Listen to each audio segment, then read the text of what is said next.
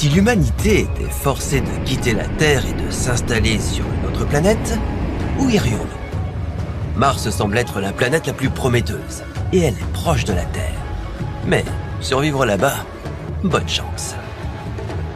Mars vous congèlerait, vous étoufferait, atomiserait votre ADN avec des radiations cosmiques et briserait vos rêves de colons sous un ciel rouge poussiéreux. Ce n'est pas une seconde Terre, c'est un piège mortel au ralenti. Il doit certainement y avoir un autre endroit où nous pourrions nous installer. Aujourd'hui, nous allons explorer 6 des exoplanètes parmi les plus prometteuses et voir laquelle pourrait devenir une véritable Terre 2.0. Et pour commencer, direction la planète la plus proche de la Terre, Proxima Centauri B. Située à seulement 4,24 années-lumière, l'orbite de cette exoplanète se trouve dans la zone habitable de son étoile. En cas de catastrophe cosmique, comme l'explosion de notre Soleil et l'anéantissement du système solaire, Proxima Centauri B pourrait être une échappatoire idéale. Pas vrai? Ne vous emballez pas. 4 années-lumière, c'est quand même une sacrée distance. Si vous aviez un vaisseau spatial capable de voyager à la vitesse de la lumière, il vous faudrait un peu plus de 4 ans pour vous y rendre. Et soyons honnêtes, vous n'avez pas ce genre de technologie, n'est-ce pas? L'objet le plus rapide jamais construit par l'humanité est la sonde solaire Parker de la NASA, qui se déplace à environ 700 000 km/h. Vous ne pouvez pas voyager dans cette sonde, car elle n'est pas conçue pour transporter des passagers. Mais si c'était le cas, il vous faudra environ 6500 ans pour atteindre votre destination. Pas pratique du tout. L'espace est extrêmement vaste et passer d'une planète à l'autre prend beaucoup de temps. Disons simplement que d'énormes progrès dans les domaines de l'ingénierie et de la cryogénie ont finalement permis à vous et à votre équipage d'atteindre Proxima Centauri B. Et ensuite, vous êtes sur le point de bâtir une toute nouvelle civilisation. La première chose que vous remarquerez après avoir atterri est à quel point votre nouveau soleil est sombre et rouge. Quel est le nom de cette étoile? Proxima Centauri, une naine rouge 7 fois plus petite et des centaines de fois moins lumineuse que notre soleil. Proxima Centauri B est verrouillée par marée à son étoile, ce qui signifie qu'un côté est toujours face à Proxima Centauri et que l'autre côté est dans l'obscurité constante. Les températures côté jour y sont chaudes, entre 40 degrés et 100 degrés. Et côté nuit? Eh bien, il y fait très froid, avec des températures minimales autour des moins 150 degrés. Mais vous êtes malin et avez bien étudié votre coup. Vous atterrissez dans le terminateur de la planète, une zone entre le jour constant et la nuit sans fin. Et les températures y sont douces. Votre thermomètre affiche une température de 15 degrés. C'est un bon début. Alors que vous commencez à explorer la planète, le sol craque sous vos pieds. Le vent souffle de la poussière dans l'air. Mais vous n'êtes pas inquiet. Vous portez une combinaison pressurisée pour vous maintenir en vie. En revanche, l'atmosphère y est irrespirable. Il y a beaucoup trop de dioxyde de carbone et quasiment pas d'oxygène. Si vous enlevez votre casque, c'est fini pour vous. Vous devez maintenant construire un abri. Mais le problème avec les étoiles naines rouges, comme Proxima Centauri, c'est qu'elles sont imprévisibles et peuvent envoyer à tout moment d'énormes rafales de rayons X et de rayons ultraviolets dans votre direction. La mise en place d'un refuge anti-tempête solaire sera donc une priorité. Après une semaine, votre équipage a mis en place un habitat de base et bougé une tonne de terre. Vous en avez utilisé une bonne couche pour recouvrir le sol de votre habitat pour une isolation supplémentaire. C'est là que vous dormirez, mangerez et survivrez pendant les prochaines semaines.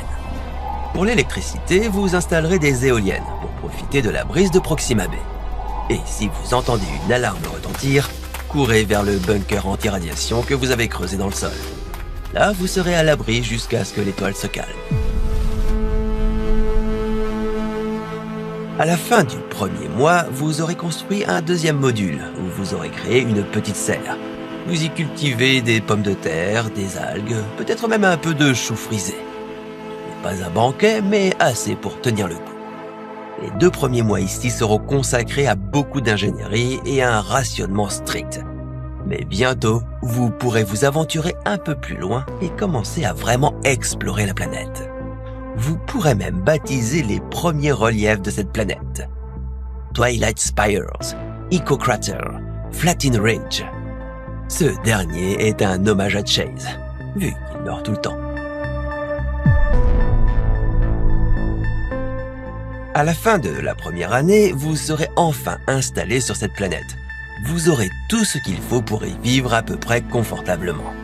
Vous disposerez de quartiers d'habitation, d'un laboratoire, d'un réseau électrique, d'un abri anti-radiation et d'une serre. Votre menu s'enrichira au-delà du chou frisé et des pommes de terre. Votre camp n'a rien d'idyllique. Poussiéreux et constamment menacé par les intenses éruptions solaires. Mais il fonctionne. Vous avez réussi. Vous vivez dans un ruban de crépuscule entre le feu et la glace. Un pas de trop d'un côté ou l'autre, et vous mourrez. Mais vous êtes encore là. Vous ne pourrez toujours pas retirer votre casque, ni votre combinaison spatiale. L'air ici est encore irrespirable. Mais vous comptez rester. #Planet Goals. Votre colonie est désormais un grand succès. Elle a grandi et évolué. Il y a des gens partout qui ont passé des siècles à utiliser des générateurs d'oxygène pour convertir le dioxyde de carbone en oxygène et rendre l'atmosphère respirable, au moins pour de courtes périodes de temps. Les énormes éruptions solaires sont toujours une menace, mais avec des bunkers tout autour de la colonie, tout le monde sait quoi faire en cas d'alerte.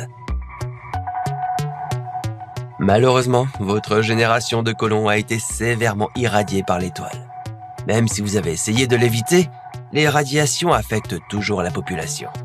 C'est pourquoi vous restez principalement au sein de votre habitat plutôt que d'aller explorer la planète.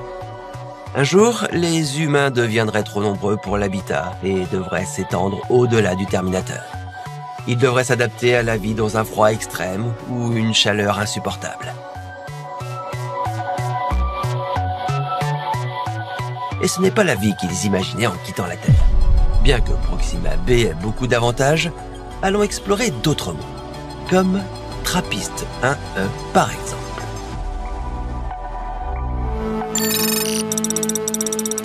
Cette exoplanète se trouve à 40 années-lumière de la Terre et est à peine plus petite que notre planète bleue. Trappist 1E orbite autour d'une étoile naine rouge ultra froide appelée Trappist 1. Et elle a 6 autres voisines de la taille de la Terre, bien que seulement 3 se trouvent dans la zone habitable de leur étoile. Heureusement, Trappist 1E se trouve dans la zone boucle d'or, ce qui signifie qu'elle pourrait avoir de l'eau liquide à sa surface. Vous êtes sur le point de mettre le pied sur cette surface extraterrestre et d'en faire votre nouvelle maison. Vous venez d'atterrir sur Trappist 1E, la planète la plus semblable à la Terre de tout le voisinage. Et vous êtes plein d'espoir. En mettant le pied sur ce sol extraterrestre, vous verrez les 6 autres planètes trappistes de la même manière que vous voyez la Lune depuis la Terre. Vous remarquerez également le faible soleil suspendu dans le ciel. Pas du tout comme notre soleil. C'est Trappist 1. Cette étoile ne représente que 9% de la masse de notre soleil et a un éclairage des centaines de fois plus faible. Sur Trappist 1E, vous vivrez dans un crépuscule sans fin. La gravité ici représente environ 90% de la gravité terrestre. Donc, lorsque vous marchez, la gravité légèrement plus faible rendrait vos mouvements étrangement gracieux. Tout comme sur Proxima Centauri B, le meilleur endroit pour atterrir ici est la zone du Terminateur. Car oui, Trappist 1E, elle aussi, est verrouillée par marée à son étoile. Et vous ne voulez pas brûler sur son côté jour, ou geler sur le côté nu. Les températures dans le Terminateur peuvent être fraîches mais supportables, à quelques degrés au-dessus de 0 degré. Prenez une profonde respiration dans votre combinaison pressurisée et attaquez-vous à votre première mission. Mettre en place un dispositif de survie et de sécurité. L'atmosphère de Trappist 1E pourrait être respirable, mais vous gardez tout de même votre casque. Vous devez d'abord tester l'air pour détecter les toxines ou les microbes nocifs.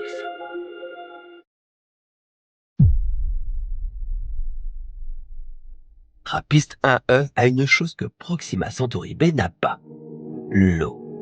Avec une atmosphère riche en oxygène, de l'eau, des vues magnifiques et un coucher de soleil éternel, cette planète est un très bon candidat pour la Terre 2.0. Votre équipe l'a confirmé, l'air est respirable. Mais vous ne voulez pas prendre le risque, pas encore. Vous n'avez pas fait tout ce chemin depuis la Terre juste pour mourir sur ce rocher. Vous installerez votre habitat principal près d'un point d'eau. Votre équipe déploiera un système d'extraction d'eau pour la filtrer. Vous installerez également une serre et commencerez à faire pousser des cultures pour vous nourrir. Mais la faible lumière n'est pas suffisante pour donner à vos plantes l'énergie dont elles ont besoin. Vous installerez donc des lumières LED au-dessus de vos plantations. Et oui, le chou frisé est encore au menu. Comme sur Proxima B, vous allez avoir besoin d'un abri anti-radiation. Cette étoile crache également de violentes rafales de radiation, et on ne sait jamais quand elles frapperont.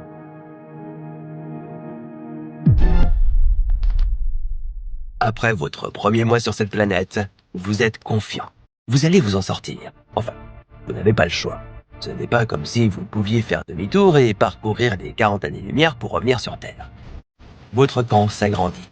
Vous avez maintenant un habitat renforcé contre les radiations et une source d'énergie nucléaire. Les analyses sont rassurantes. L'atmosphère est sûre, tout comme l'environnement. Si l'air ou le sol était toxique, vous l'auriez sûrement déjà remarqué. Au lieu de cela, vous avez découvert que Trappist 1E présente des conditions proches de la Terre, à l'exception des éruptions solaires imprévisibles et violentes. Heureusement, la plupart d'entre elles se produisent du côté jour. Donc, tant que vous ne vous aventurez pas trop loin de la zone Terminateur, tout ira bien. Vous mèneriez beaucoup d'expériences scientifiques, composition chimique de l'air, du sol et de l'eau, et découvririez possiblement une vie extraterrestre microbienne. Et oui, vous n'êtes peut-être pas le premier colon de ce monde. Vous commenceriez même à enlever votre casque. C'est toujours risqué, mais Trappist 1E semble sûr. Pour l'instant. Un siècle s'est écoulé et la colonie est autosuffisante et compte désormais plusieurs centaines d'habitants. Au fil des décennies, d'autres vaisseaux sont arrivés de la Terre. Les nouveaux arrivants ont apporté de nouvelles ressources, plus de colons et un équipement modernisé. Grâce à toutes ces avancées, Trappist 1E compte désormais plusieurs colonies réparties sur la planète. Une fois de plus, vous avez réussi à survivre sur un monde extraterrestre. Mais il y a toujours ce problème des éruptions solaires et des radiations. Bien que Trappist 1E soit un monde vivable, elle n'est toujours pas parfaite. Et il y a tellement de mondes extraterrestres dans notre vaste univers. Ne vous précipitez pas pour vous installer sur celui-ci pour l'instant. Le prochain arrêt ? K2 18B. K2 18B est l'une des exoplanètes les plus passionnantes jamais découvertes. Elle se trouve seulement à 120 années-lumière de la Terre et orbite dans la zone habitable d'une étoile naine rouge. Ce monde fait environ 2,6 fois la taille de la Terre et est 8,6 fois plus massif. Meilleur scénario ? Une super Terre recouverte d'océans. Pire scénario ? Une mini-Neptune. Elle a probablement une épaisse atmosphère riche en hydrogène, idéale pour piéger la chaleur, catastrophique pour vos poumons. Mais voici la partie intéressante. Les scientifiques ont détecté la présence de méthane, de dioxyde de carbone et même de sulfure de diméthyle, un produit chimique produit par la vie marine ici sur Terre. Un indice peut-être que nous ne sommes pas seuls. Si vous deviez vous installer sur K218B, vous n'atterririez pas sur de la terre ferme, car il se pourrait qu'il n'y en ait pas. Et même s'il y en avait, les volcans et les tremblements de terre la rendraient trop instable. La solution ? Construire un habitat flottant. Et non, je ne parle pas d'un habitat sur l'eau, mais plutôt un suspendu juste au-dessus du sommet des nuages. Une ville aérienne extraterrestre. Vous auriez besoin d'un bouclier contre les radiations intenses, de structures robustes pour résister aux intempéries et d'un moyen d'extraire l'eau et les nutriments de l'atmosphère ou de l'océan. Ce serait dangereux et vous pourriez échouer. Mais au moins, vous essaieriez quelque chose de nouveau et d'audacieux. Bon, explorons maintenant un autre monde potentiellement habitable, Kepler 186 f.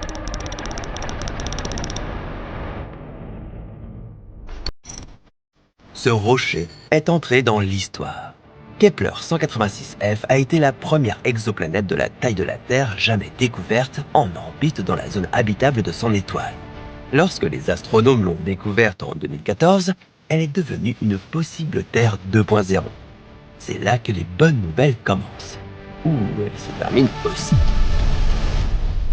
Kepler 186f orbite autour d'une petite étoile naine rouge froide appelée Kepler 186. La planète se trouve juste à la limite extérieure de la zone habitable, ce qui signifie qu'elle ne reçoit pas beaucoup de soleil. Pour être exact, elle ne reçoit qu'environ 32% de l'énergie solaire que la Terre reçoit du soleil. Sans atmosphère épaisse pour piéger la chaleur, c'est probablement un monde gelé. S'il y a de la glace d'eau ici, vous aurez besoin d'un système d'énergie thermique colossal pour la faire fondre. Et oubliez l'utilisation de panneaux solaires, du moins pas comme source d'énergie principale. Ce soleil nain rouge est tout simplement trop faible. Vous devrez compter sur des générateurs nucléaires comme les réacteurs à fission Kilopower de la NASA pour alimenter votre base et la chauffer. Il y a aussi un problème logistique. Kepler 186f est la seule planète dans la zone habitable de son système. Les autres planètes connues qui orbitent beaucoup plus près de l'étoile sont brûlées. Donc, si cet endroit ne fonctionne pas, il n'y a pas de plan B à proximité. Et vous êtes à 500 années-lumière de la Terre. Pas de ravitaillement, pas de navire de sauvetage, pas de retour en arrière.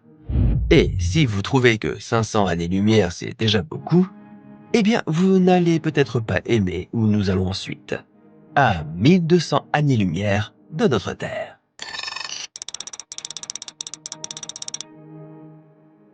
Kepler 62f est une exoplanète super-Terre dans la zone habitable de son étoile.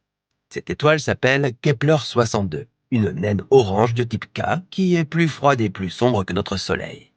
La planète elle-même fait environ 1,4 fois la taille de la Terre et orbite beaucoup plus loin que la Terre. Cela signifie qu'elle reçoit moins de chaleur et de lumière de Kepler 62. Cela rendrait la majeure partie de Kepler 62f très froide, surtout en l'absence d'une atmosphère épaisse. De grandes zones de la planète pourraient être gelées en permanence. Mais si vous donniez à ce monde la bonne atmosphère, c'est une toute autre histoire. Si Kepler 62f avait une atmosphère au moins 3 à 5 fois plus épaisse que celle de la Terre, principalement composée de dioxyde de carbone, elle pourrait piéger suffisamment de chaleur pour rendre certaines parties de la planète tempérées et stables. Si vous voulez établir une colonie ici, votre meilleure chance serait de choisir l'endroit le plus chaud du côté jour, idéalement près de l'équateur. Vous aurez quand même besoin d'un bouclier anti-radiation, de générateurs atmosphériques et d'abris chauffés, mais ça pourrait fonctionner. Kepler 62f se trouve à 1200 années-lumière de la Terre, donc inutile d'espérer rentrer. Mais si vous êtes prêt à terraformer un peu ou beaucoup, cette super Terre gelée pourrait bien avoir ce qu'il faut pour être votre future maison. Tous ces mondes extraterrestres ont du potentiel, et il y en a beaucoup d'autres à explorer où nous pourrions potentiellement nous installer. Tant que vous gardez en tête que vous allez bâtir une civilisation dans un endroit où tout veut votre mort. Beaucoup d'efforts juste pour ne pas mourir sur ces mondes. Mais il faut persévérer, car y périr n'a rien de joli. Mais ça, c'est une histoire pour un autre. Et si